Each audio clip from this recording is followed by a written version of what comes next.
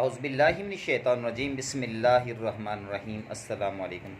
आजकल हमारे हर घर का एक मसला है और ये ख़ास कर मसला ख़वातीन का है और उनकी सोच के मुताबिक उन्हें जादू कर दिया है। अगर किसी के चेहरे पर दाना हो जाए तब भी उसको जादू है, किसी की काली बिल्ली गुजर जाए तब भी उसको जादू है, उसका कोई काम ना हो तब भी उसको जादू है।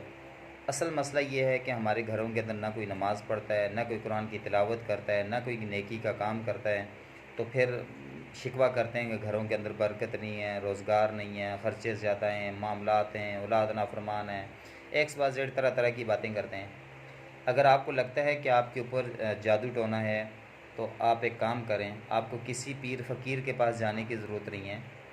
आप 5-6 वक्त की नमाज़ पढ़ें, कुरान की तिलावत करें और ख़ास कर मौज़तैन सूरह नास और सूरह फलक को अव्वल आखिर 11 मरतबा दुरूद शरीफ पढ़ें और उसके बाद सूरह नास और सूरह फलक 41 बार पढ़ें। उसके बाद फिर 11 मरतबा दुरूद शरीफ पढ़ें और उसको किसी पानी पर दम कर लें और उस पानी को पीते जाएं, तो पूरे घर वालों को पिलाएं। तो इंशाअल्लाह आपके जो जादू होगा वो भी ख़त्म हो जाएगा और आइंदा के लिए आप जादू से बच जाएंगे।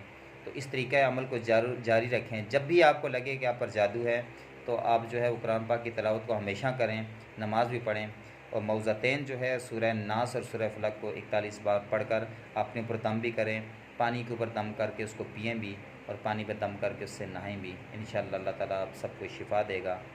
अपने मेज़बान इलियास मोल को इजाज़त दीजिए। अल्लाह हाफ़िज़।